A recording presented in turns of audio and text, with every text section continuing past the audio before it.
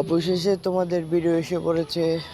অনেক চেষ্টা করেছিলাম ভিডিওটা গতকালকে দিতে, কিন্তু পারি নাই। আজকে যাচ্ছি আল হাবিবিতে গোসল করার জন্য। তা দেখা যাক ভিতরে কেমন হয় আর কি কি আছে ইত্যাদি সকল বিষয় আজকে জানিয়ে দেব। এখন মাঝখান থেকে, আমাদের গ্রাম মাঝখান থেকে রস্কচলার দিকে যাচ্ছি অটো দিয়ে। অটো ভাড়া জনপ্রতি মাত্র 10 টাকা। আমরা মূলত 3 জন যাচ্ছি এই ভিডিওটা তৈরি করার জন্য। এখন সময় বেলা 12টা বাজে।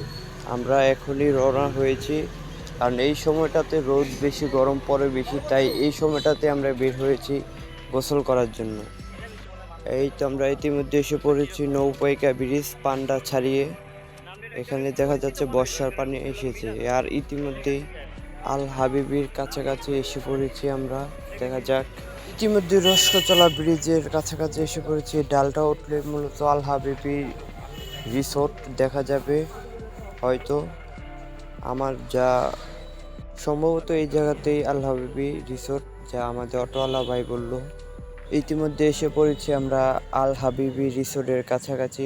অবশেষে দেখা যাচ্ছে রিসোর্টের বাউন্ডারি, এবং এটাই মূলত আল হাবিবি রিসোর্ট। রিসোর্টটি মূলত নতুন হয়েছে, এখনো মানুষজন জানে না হয়তো, এবং কি পুরোপুরি কমপ্লিট হয়নি। তার জন্য এখান দিয়ে একটি বাউন্ডারি বাইরে দিয়ে দেখা যাচ্ছে মানুষজন যে গোসল করছে। আমরা 3 জনে মূলত প্ল্যান করছি একজনে প্রথমে ঢুকবো, তাই আমি সর্বপ্রথম ঢুকলাম। আর ভিতরের দৃশ্য ওদেরকে ভিডিও করে দেখাচ্ছি, যাতে ওদের ভালো লাগলে ঢুকবে, আর না লাগলে ঢুকবে না। ভিতরেও এখনো পর্যন্ত কোনো প্রকার ভালো কিছু দৃশ্য নাই, কারণ আর রিসোর্টের কাজও মূলত চলমান, তাই বর্তমানে একটু খারাপ লাগছে। দেখা যাক সুইমিং পুলটা কেমন।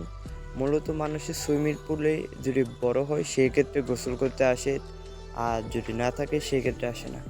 তাতে দেখা যাচ্ছে যে সুইমিং পুলটা সুন্দরী, আর মানুষজন কম আছে, সেই ক্ষেত্রে আমরা এখানে আসতে পারি। কেন, মানুষজন বেশি হইলে গোসল করে মজা নেই, আর সুইমিং পুলের অবস্থা একবারে খারাপ করে ফেলে।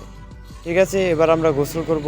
ঠিক আছে, আলবিদা। ভালো লাগলে চ্যানেলটা সাবস্ক্রাইব করবেন।